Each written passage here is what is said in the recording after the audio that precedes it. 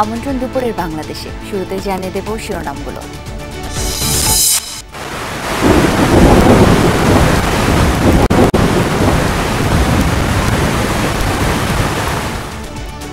সকালে রাজধানীতে 87 মিলিমিটার বৃষ্টিপাত রেকর্ড। বিভিন্ন এলাকায় জলাবদ্ধতা বাড়িয়েছে ভোগান্তি। কাজীপাড়া আমার বাসা, আমি শেওড়াপাড়া পর্যন্ত আসছি, আমার আধা ঘন্টা সময় লাগছে আসতে। এই অল্প বৃষ্টিতেই দেখা যাচ্ছে ওইদিকে একদম অন্য এক হাঁটু পানি। এখানে মানুষ রিক্সা ছাড়া যাতায়াত করতে পারে না, ঘর থেকে নামলে রিক্সা লাগে। প্রতি বছর এরকম থাকে, আর বর্ষাকাল আসলে ওই পাশে খোঁড়াখুড়ি শুরু করে দেয়। বাগেরহাট চুয়াডাঙ্গায় বজ্রাঘাতে 3 জনের মৃত্যু।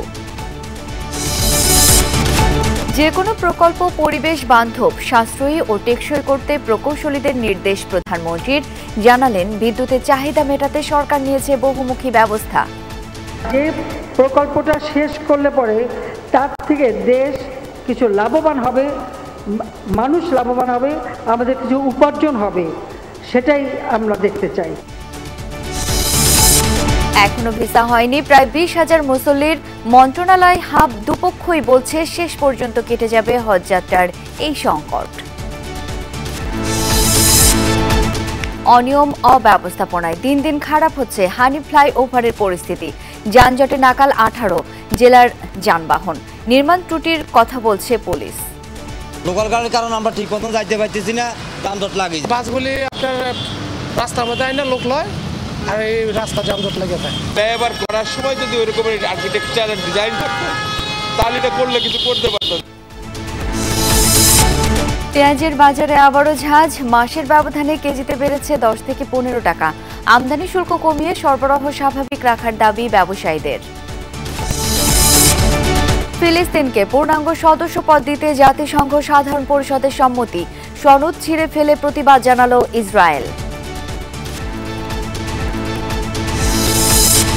উদ্বোধনী জুটিতে সেঞ্চুরি পার্টনারশিপ গড়েও বাংলাদেশের ব্যাটিং ধস। জিম্বাবুয়ের বিপক্ষে 5 রানের জয় এনে দিলেন মোস্তাফিজ সাকিব।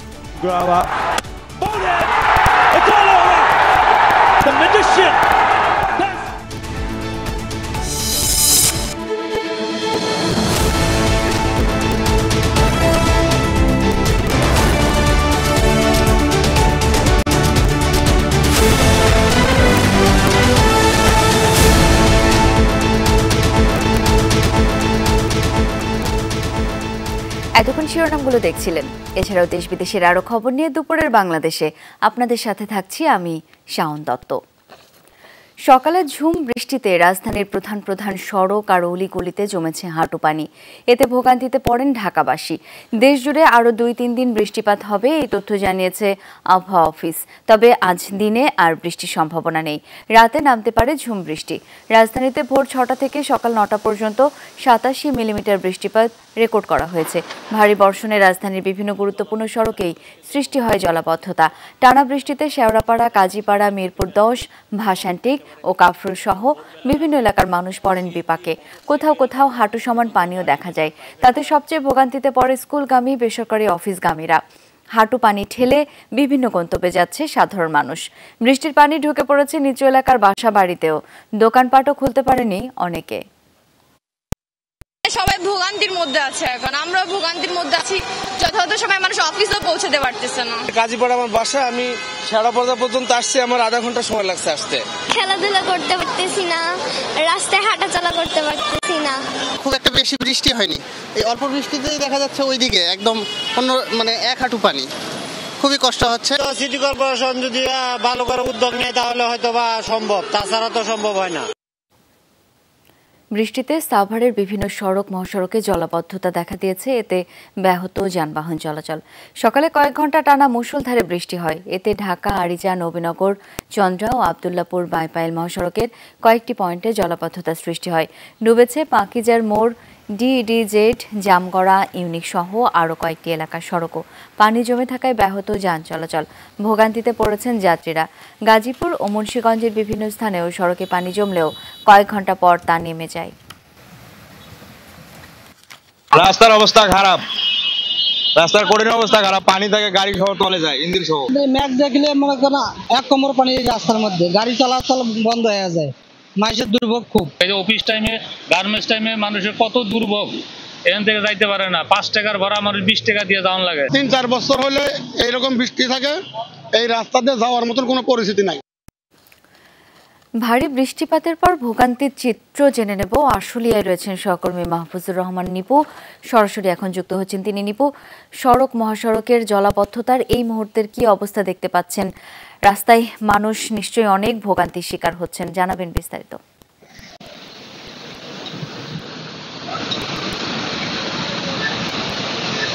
শাওন, আসলে সকালের চিত্র ছিল একেবারে ভয়ঙ্কর, চরম একেবারে ভোগান্তিতে পোহাতে হয়েছিল এই অঞ্চলের মানুষের, অর্থাৎ যারা থেকে পানি নেমে গিয়েছে, যেমন বাইকাইল এবং এলাকার সামনে দিকে পানি কিছুটা নেমে গিয়েছে। তবে জামগড়া ইউনিট এই অঞ্চলগুলোতে কিন্তু এখনো পানি রয়েছে সড়কে। আমরা দেখতে পেয়েছি যে কয়েকটি পয়েন্টে কিন্তু এখনো পানি রয়েছে, কোথাও হাঁটু পানি, কোথাও পুরো এলাকা জুড়ে কিন্তু পানির যে একটা চরম ভোগান্তি, সেটি কিন্তু আমরা লক্ষ্য করেছি।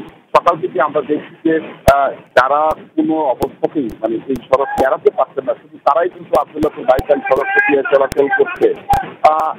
এছাড়াও আমরা চলাচল করছে।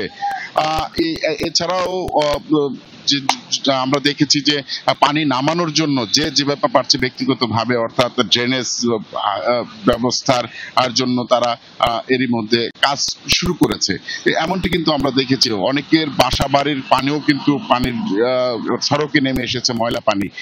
একেবারে চরম দুর্ভোগ যেটা বলে সেটি কিন্তু ইউনিক এবং জামগায় মানুষের মাঝে কিন্তু আমরা দেখেছি।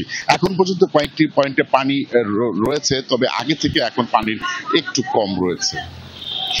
নিপু, ধন্যবাদ আপনাকে। দেশের 2 জেলায় বজ্রাঘাতে প্রাণ হারালেন 3 জন, কমপক্ষে 6 জন আহত, দগ্ধ। সকালে বাগেরহাটের শরণখোলা উপজেলার তাফালবাড়ি এলাকায় টং দোকানে বসে চা খাচ্ছিলেন 8 জন শ্রমিক। হঠাৎ মেঘাচ্ছন্ন আকাশ, শুরু হয় বজ্রপাত সহ বৃষ্টি। এতে ঘটনাস্থলেই মারা যান মোহাম্মদ মিলন ও মোস্তফা হোসেন নামের 2 শ্রমিক। আহত 6 জনকে উপজেলা স্বাস্থ্য কমপ্লেক্সে ভর্তি করা হয়েছে। এদিকে চুয়াডাঙ্গার দামরহুদা এলাকায় ধান কাটার সময় বজ্রাঘাতে মারা যান আহমেদ মল্লিক নামের এক কৃষক। যথাযথ পরিকল্পনা প্রণয়ন এবং বাস্তবায়নের কারণে সরকার দেশকে এগিয়ে নিতে সক্ষম হয়েছে, এমনটাই জানালেন প্রধানমন্ত্রী শেখ হাসিনা। সকালে ইঞ্জিনিয়ার্স ইনস্টিটিউশন বাংলাদেশ বা আইইবির 61তম কনভেনশনে যোগ দেন তিনি। সেখানেই বলেন, দেশবাসীর উন্নত জীবনমানের কথা মাথায় রেখে কাজ করছে সরকার, কিন্তু একটি গোষ্ঠী আছে যাদের কিছুই ভালো লাগে না। পদ্মা সেতুতে রেল, মেট্রো রেল, স্যাটেলাইট, পারমাণবিক বিদ্যুৎ এসব নিয়ে সমালোচনা করছেন তারা। এ সময় প্রধানমন্ত্রী জানান, বিদ্যুতের চাহিদা মেটাতে বহুমুখী ব্যবস্থা নেওয়া হয়েছে। শেখ হাসিনা বলেন, স্বল্প খরচে টেকসই যন্ত্রপাতি নির্মাণ করতে হবে। সম্পদের সীমাবদ্ধতা রয়েছে, সেটা মাথায় রেখে উন্নয়ন পরিকল্পনা সাজাতে হবে। তাই যে কোনো প্রকল্প পরিবেশ বান্ধব, সাশ্রয়ী ও টেকসই যেন হয়, সেদিকে খেয়াল রাখতে প্রকৌশলীদের নির্দেশ দেন প্রধানমন্ত্রী। সামনে আরেকটা নতুন দিক আসছে, হাইড্রোজেন। এই হাইড্রোজেনের ক্ষেত্রেও কিন্তু ইতিমধ্যেই আমরা পদক্ষেপ নিয়েছি।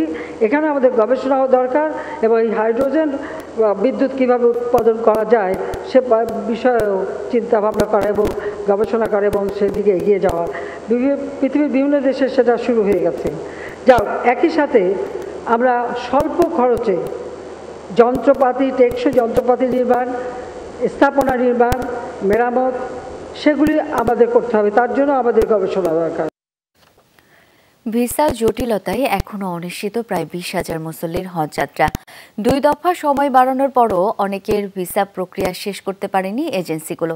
হজ পরিচালক বলছেন, কয়েকটি এজেন্সির গাফিলতির কারণেই এই দুর্দশা। যদিও সভাপতির দাবি, সৌদিতে বাড়ি ভাড়ার জন্য সঠিক সময় এজেন্সি মালিকদের ভিসা নিশ্চিত করতে পারেনি ধর্ম মন্ত্রণালয়। তবে দুজনের দাবি, শেষ পর্যন্ত সংকট থাকবে না, হজে যেতে পারবেন সবাই। এদিকে আশকোনার হজ ক্যাম্পের সার্বিক পরিবেশ নিয়ে সন্তুষ্ট মুসল্লিরা। ধর্ম মন্ত্রণালয়ের তথ্য অনুযায়ী চলতি বছর 83,218 জন হজে যেতে নিবন্ধন করেছেন।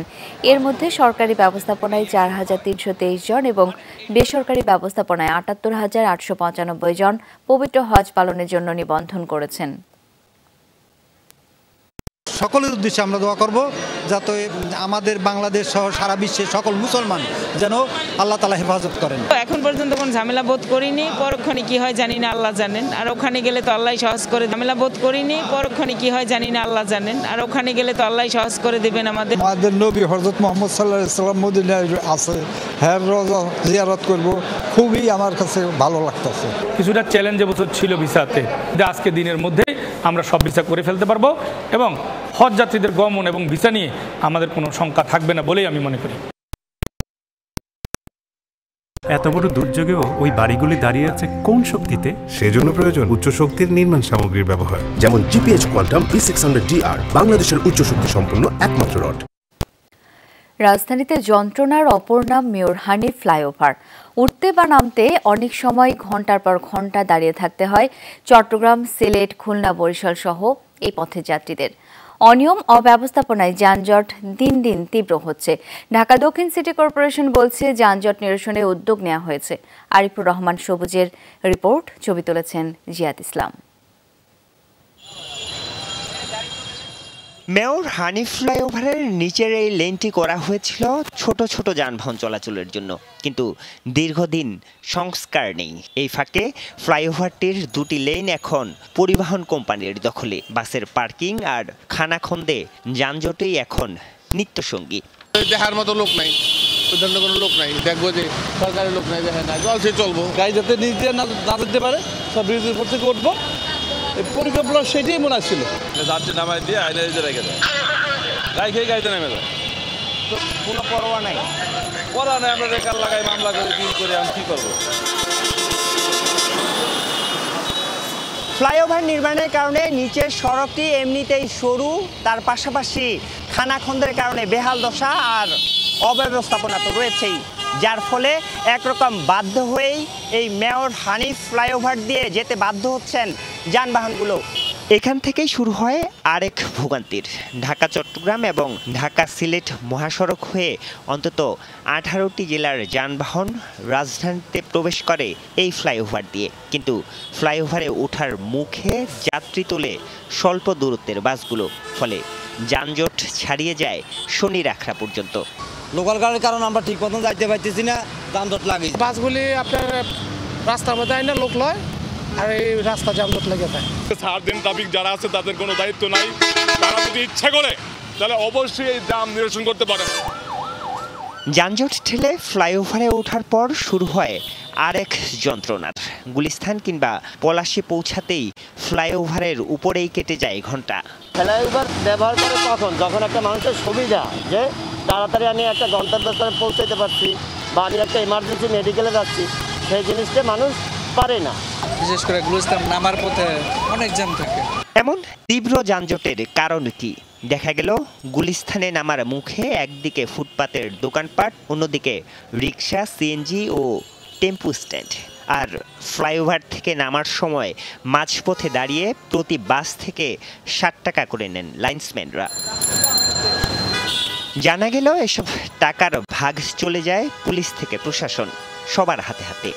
এখানে কিছু লাইনম্যান আছে, ওনারা খোরাকি নেয়, দেখা গেছে আপনার কিছু কিছু জায়গা ওইখানেও আছে কিছু খোরাকি কাটে লাইনম্যানগুলো। আর আমরা আমাদের বেতন মাসিক বেতন দেয়। প্রত্যেকটা ফুটপাতের নিচে যে আপনার একটা চেয়ার বসায়, চেয়ারে যে চাকা লাগায়, তো একদিকে শহরে আরেকদিকে চলে আসে। অবশ্য পুলিশ দায় এড়ালেন ফ্লাইওভার নির্মাণ ত্রুটির কথা বলে। এইটা যদি ওই ফ্লাইওভার করার সময় যদি ওই রকমের আর্কিটেকচারের ডিজাইন থাকতো তাহলে এটা করলে কিছু করতে পারতো, যেহেতু করে নাই। এখন আমাদের যতটুকু রাস্তার ক্যাপাসিটি আছে, আমাদের জনবল আছে, এইগুলো নিয়ে আমরা সর্বোচ্চ চেষ্টা করে যাচ্ছি।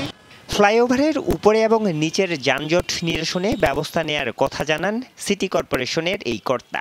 বিশেষভাবে পিলারগুলা বলেন কিংবা দুই পিলারের মধ্যবর্তী স্থানগুলোকে যাতে নান্দনিক করা যায় এবং সর্বোত্তম ব্যবহার করা যায়, সেই জন্য কিন্তু আমরা কনসালটেন্ট নিয়োগ করে সেগুলো ড্রয়িং ডিজাইন করছি।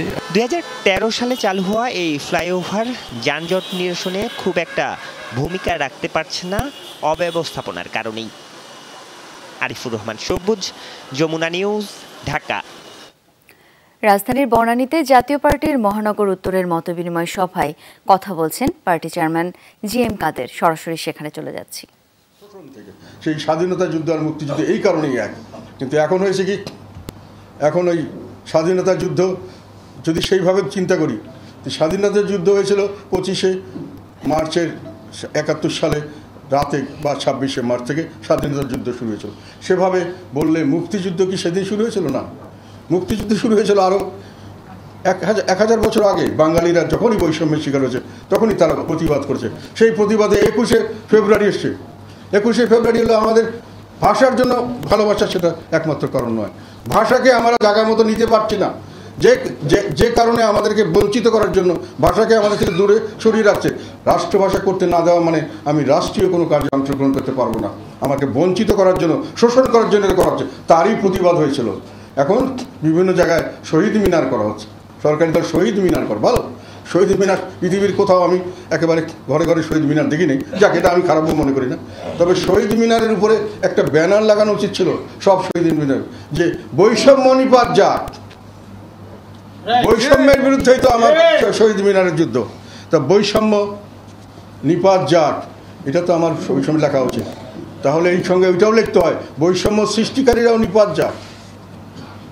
তাহলেই আমার শহীদ মিনারে গিয়ে দাঁড়িয়ে আমার সেইভাবে শহীদ মিনারকে শ্রদ্ধা জানানো হবে। যার জন্য শহীদ হয়েছেন আমরা সেইটাই চাই। আমরা চাই বৈষম্য মুক্ত সমাজ। আর যারা বৈষম্য সৃষ্টি করেছেন আপনারা তাদের বিরুদ্ধে রক্ত দিয়েছেন, আমরা চাই তাদেরও নিপাত যাক। আজকাল যে বৈষম্য, আমি মনে করি বাংলাদেশের ইতিহাসে কোনো সময় এত বেশি বৈষম্য হয় নাই। যারা সরকারি দল করছেন তারা সব ধরনের নিয়ম নীতির বাইরে সব ধরনের সুযোগ সুবিধা নিচ্ছেন এবং তারা একটা শক্তিশালী গোষ্ঠী তৈরি করছেন। ভয়াবহ দুর্ঘটনায় 3 জেলায় সড়কে ঝরল 8 জনের প্রাণ। এর মধ্যে ফরিদপুরের ভাঙ্গায় পৃথক দুর্ঘটনায় একই পরিবারের 3 সদস্য সহ মারা গেছেন 4 জন। সকালে হামিরদি এলাকায় ট্রাকের সাথে মোটর সাইকেলের সংঘর্ষ হয়, এতে নিহত হন বাবা ছেলে সহ একই পরিবারের 3 জন। এছাড়া ভাঙ্গায় আরেক দুর্ঘটনায় প্রাণ হারান একজন। ভোরে দিনাজপুরের ফুলবাড়ির কাউকা এলাকায় তেলবাহী লরি চাপায় 2 জন মারা গেছে। পুলিশ জানায় চালক নিয়ন্ত্রণ হারিয়ে একটি চায়ের দোকানে ঢুকে পড়ে। ঘটনাস্থলে প্রাণ হারান আজহার আলী ও রানা নামের 2 জন। মরদেহ দুটি উদ্ধার করেছে পুলিশ। লরি ড্রাইভার ও হেলপারকে আটক করা হয়েছে।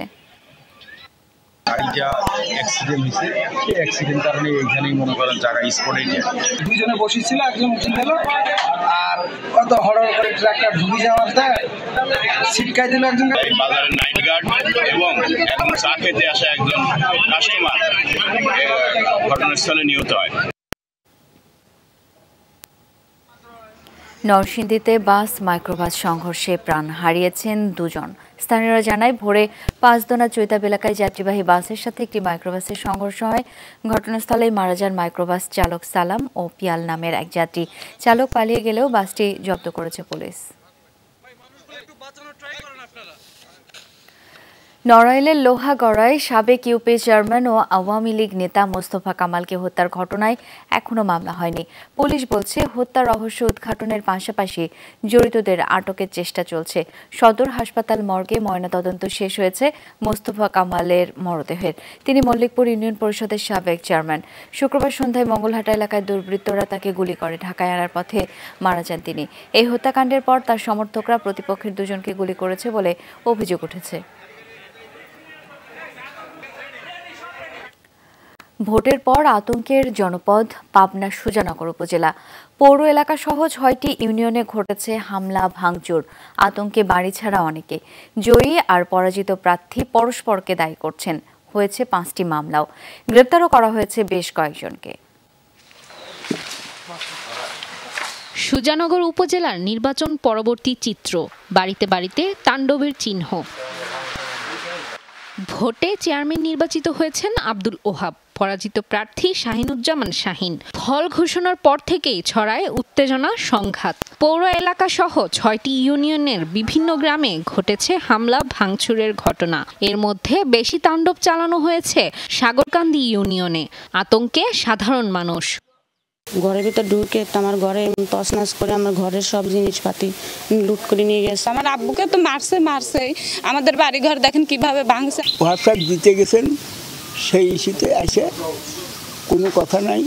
7টা সাড়ে 7টার দিক আসে ভাঙচুর শুরু করছে। যে এক দল জিতলো আর ওই যে দল হারিয়ে গেল, যে নেতা হারিয়ে গেল, তার কর্মীদের উপর হামলা ভাঙচুর এ কোন ধরনের রাজনীতি? নবনির্বাচিত চেয়ারম্যান উপজেলা আওয়ামী লীগ সভাপতি আর পরাজিত প্রার্থী বর্তমান চেয়ারম্যান ও উপজেলা আওয়ামী লীগের সাধারণ সম্পাদক। হামলার ঘটনায় একে অপরকে দুষছেন দুজনেই। ভোট পর্যন্ত, ভোটের দিন পর্যন্ত চেষ্টা করেছে, ভোট যখন পার হয়ে যাবে অবশ্যই মানুষগুলো, সকল মানুষ আমাদের দলের লোক, আমাদের দায়িত্ব ছিল যেই নির্বাচিত হই এই সকল মানুষকে ঐক্যবদ্ধ করে রাখা। কিন্তু উনি কেন এই মিশন নিয়েছেন, কেন সাধারণ মানুষ এবং দলীয় নেতাকর্মীদের উপর অত্যাচার নির্যাতনের মিশন নিয়ে নেমেছেন, এটা আমি বোধগম্য নয়। অস্বীকার করার নেই। আমি অফিসারকে এরকম নির্দেশনা দিচ্ছি, আমার লোকেরা বলছি যে কোনো গোলমাল না করলে কিন্তু তার দায়িত্ব তার। আমি পুলিশকে অলরেডি বলছি যে যেই করুন তার ধরে তার। পুলিশ বলছে সহিংসতায় জড়িতদের বিরুদ্ধে অভিযান চলছে, আনা হচ্ছে আইনের আওতায়। নির্বাচন যেহেতু সুষ্ঠুভাবে সুন্দরভাবে সম্পন্ন হয়েছে, এরপরে যারা যেসব দুষ্কৃতিকারী বা যারাই হচ্ছে বিশৃঙ্খলা করার চেষ্টা করবে তাদের বিরুদ্ধে কঠোর অ্যাকশন হবে। নির্বাচনী সহিংসতায় এখন পর্যন্ত 5টি মামলা হয়েছে, গ্রেফতার হয়েছে কমপক্ষে 16 জন। রাফিকাতুন নিসা, যমুনা নিউজ। পেঁয়াজের বাজারে সুখবর নেই। 1 মাসের ব্যবধানে কেজিতে দাম বেড়েছে মানভেদে 10 থেকে 15 টাকা। রাজধানীর আড়তদারদের দাবি দেশি জাতের যোগান কমেছে, মিলছে না ভারতীয় পেঁয়াজও। প্রতি কেজির আমদানি খরচ 70 টাকার আশপাশেই পড়বে। তাই ব্যবসায়ীরা ভারত থেকে পেঁয়াজ আনার ব্যাপারে আগ্রহী নন। ঢাকার একাধিক বাজারে খুচরা পর্যায়ে আমদানি সরবরাহ নেই। দোকানিরা বলছেন বাজার নিয়ন্ত্রণে রাখতে হলে সরবরাহ বাড়াতে হবে। স্বস্তি নেই পেঁয়াজের মোকামে, উচ্চ মূল্যে কিনতে হচ্ছে ক্রেতাদের। সরকারি পরিসংখ্যান বলছে গেল বছরের এই সময় প্রতি কেজির দাম ছিল 60 টাকা, আর 1 মাস আগে দাম পড়তো 65 টাকা। এখন বাজারে বিক্রি হচ্ছে 75 টাকা দরে। মহল্লার দোকানে দাম উঠেছে 80 টাকায়। ক্রেতাদের অভিযোগ, বাজারে স্বস্তি ফিরিয়ে আনার কোনো উদ্যোগ নেই। বাজার আসলে কিছু কিছু জিনিসের দাম জিজ্ঞাসা, ওই দামটাই মনে করেন যে আমাদের কাছে এমন মনে হয় যে ওর কাছে যাইতেই অনেক ভয় লাগে। দাম বাড়ে 20 টাকা, যখন কমানো তখন 2 টাকা কমানো হয়। পাবলিক এ থেকে হয়তো একটা মিথ্যে সান্ত্বনা পায়। দাম কখনোই আমাদের নাগালে থাকে না। রাজধানীর কারওয়ান বাজারে আড়তে দেখা মিলল আমদানি করা পেঁয়াজের, কিন্তু ক্রেতা নেই। আড়তদার জানালেন প্রতি কেজির দাম দেশি জাতের চেয়ে বেশি, আর দোকানিরা বলছেন বাড়তি দরের কারণে আমদানি জাতে আগ্রহ নেই ক্রেতাদের। খুচরা বাজারেও 70 টাকা করে দেন, আমরা এখানে 5 কেজি নিতে আসছে সেটাও 70 টাকা করে, বাট দামের তো কোনো ডিফারেন্স নেই। অন্য দিন আসছে হাটে মনে বাজার 200 টাকা বেশি, আমরা যেটা মোকামে কিনি হাটে বাজার মনে 200 বেশি। ইন্ডিয়ান পেঁয়াজ আমরা কিনছি 68 টাকা বেশি, আপাতত 72 74 বেশি। দাম কমবো কেমনে? আমরা যেটা আশা করছি যে ইন্ডিয়ান পেঁয়াজ আসবে, আসার পরে রেট কম থাকবে। ইন্ডিয়ান পেঁয়াজ আসছে ঠিক আছে, কিন্তু রেট তো কম না। আমদানিকারকরা জানিয়েছে ভারত থেকে প্রতি কেজি পেঁয়াজ আমদানিতে খরচ পড়ছে 70 টাকারও বেশি। এজন্য পাইকারি পর্যায়ে ক্রেতা নেই বললেই চলে। বলেন যোগান বাড়াতে হলে আমদানির শুল্ক কমিয়ে আনা প্রয়োজন। ইন্ডিয়ান সরকার ট্যাক্স উঠায়নি, যার কারণে আমদানি মূল্য আপনার 70-75 টাকা পড়ে যাবে, এবং বাংলাদেশেও অনেক খরচ আছে, যে কারণে আপনার বাংলাদেশের পণ্যের দাম অনেক, পেঁয়াজের দাম কম। হ্যাঁ, এই ক্ষেত্রে আমরা আমদানি করলে ক্ষতিগ্রস্ত হয়ে যাব, এই জন্য আমরা আমদানি করবো না আপাতত। বাজার নিয়ন্ত্রণে সক্রিয় করতে হবে সরকারের সংশ্লিষ্ট প্রতিষ্ঠানগুলোকে। প্রয়োজন আইনের কঠোর প্রয়োগের, বলছেন ক্রেতারা। শাহজিন অন্তরা, যমুনা নিউজ, ঢাকা। সিসি ক্যামেরার আওতায় আনা হবে রাজধানীর অতি গুরুত্বপূর্ণ খালগুলো। তাতে ময়লা আবর্জনা ফেললে নেওয়া যাবে শাস্তিমূলক ব্যবস্থা, এমনটা জানিয়েছেন ঢাকা উত্তর সিটি কর্পোরেশনের মেয়র আতিকুল ইসলাম। সকালে গুলশান ডিএনসিসি নগর ভবনের সামনে রাজধানীর বিভিন্ন খালে ফেলে দেয়া বর্জ্যের প্রদর্শনী শুরু হয়। বিভিন্ন স্কুলের শিক্ষার্থীরা ঘুরে দেখে প্রদর্শনী। এ সময় মেয়র বলেন, অসচেতনভাবে খাল, ডোবা, নালা ও ড্রেনে ফেলা হয় এসব বর্জ্য। তাতে বর্ষা মৌসুমে অল্প বৃষ্টিতে জলাবদ্ধতা সৃষ্টি হয়। ঢাকাকে জলাবদ্ধতা থেকে রক্ষা এবং নাগরিকদের মধ্যে সচেতনতা সৃষ্টির উদ্দেশ্যেই এই উদ্যোগ হাতে নিয়েছে উত্তর সিটি কর্পোরেশন। 7 দিন ব্যাপী চলবে এই প্রদর্শনী।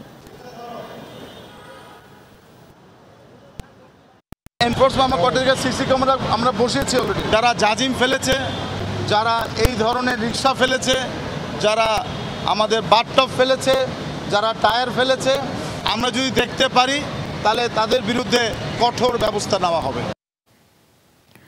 বাংলাদেশের কমিউনিস্ট পার্টি সিপিবির উপদেষ্টা হায়দার আকবর খান রণ মারা গেছেন। শুক্রবার রাত 1:45টায় রাজধানীর হেলথ অ্যান্ড হোপ হাসপাতালে শেষ নিঃশ্বাস ত্যাগ করেন প্রবীণ এই রাজনীতিক ও লেখক। দীর্ঘদিন ধরে শ্বাসতন্ত্রের নানা জটিলতায় ভুগছিলেন তিনি। পরিবারের পক্ষ থেকে জানানো হয়, পরিবারের সদস্যরা দেশের বাইরে থাকায় মরদেহ সোমবার পর্যন্ত সমরিতা হাসপাতালের মর্গে রাখা হবে। স্বজনরা দেশে ফিরলে শহীদ মিনারে সর্বস্তরের মানুষের শ্রদ্ধা জানানোর জন্য নেওয়া হবে প্রবীণ রাজনীতিকের মরদেহ। এরপর বাবা মায়ের কবরের পাশে বনানী কবরস্থানে দাফন করা হবে হায়দার আকবর খান রণকে।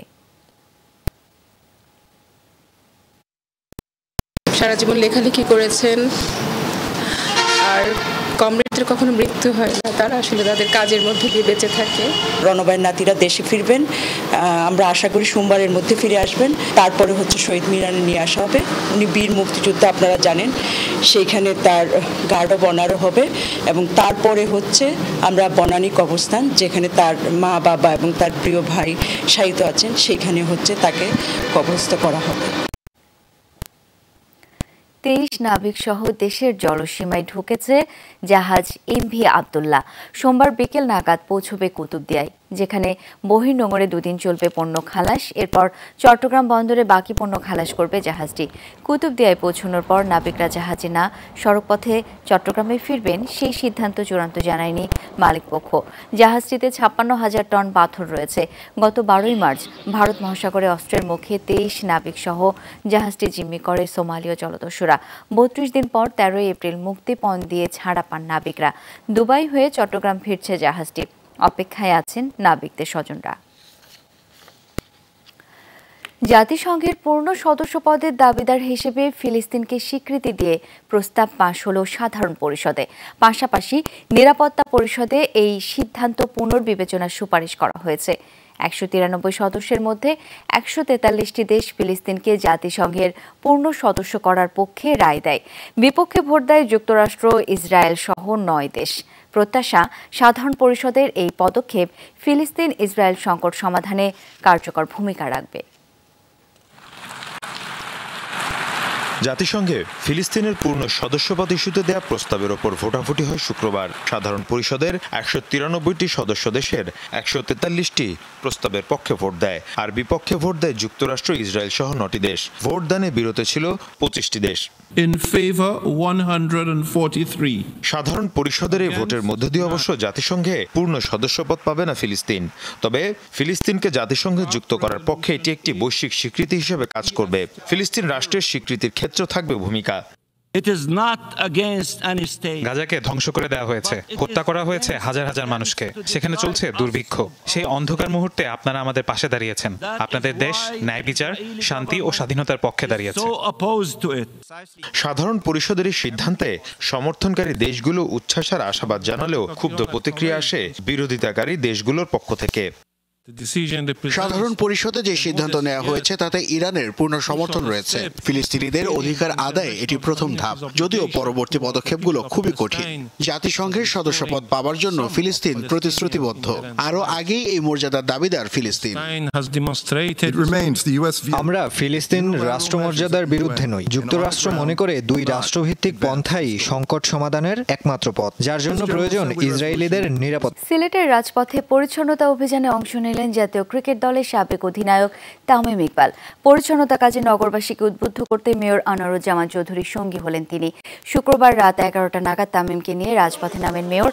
নগর ভবনের সামনে থেকে নগরী চত্বর হয়ে সার্কিট হাউসের সম্মুখ সুরমাতির পর্যন্ত পরিচ্ছন্নতা অভিযানে অংশ নেন।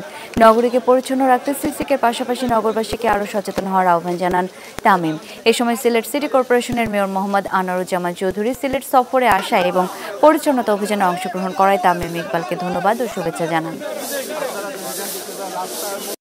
আমরা দেশের বাইরে যাই, হাতে যদি একটা কোকের ক্যান থাকে বা পেপসির ক্যান থাকে, ওই ক্যানটা কিন্তু আমরা বিন দেখেই ফালাই, কিন্তু আনফর্চুনেটলি বাংলাদেশে এটা আমরা রাস্তায় ফালাই দিই। এই মেন্টালিটিটা যদি আমরা একটু চেঞ্জ করতে পারি, তাহলেই কিন্তু আমাদের দেশটা পরিষ্কার হয়ে যায়। দুপুরের বাংলাদেশের প্রথম ঘণ্টা থেকে আমি শাওন দত্ত বিদায় নিচ্ছি। পরের ঘণ্টার খবর নিয়ে ফিরবেন সহকর্মী নুসরাত বৃষ্টি। আমাদের সাথে থাকুন।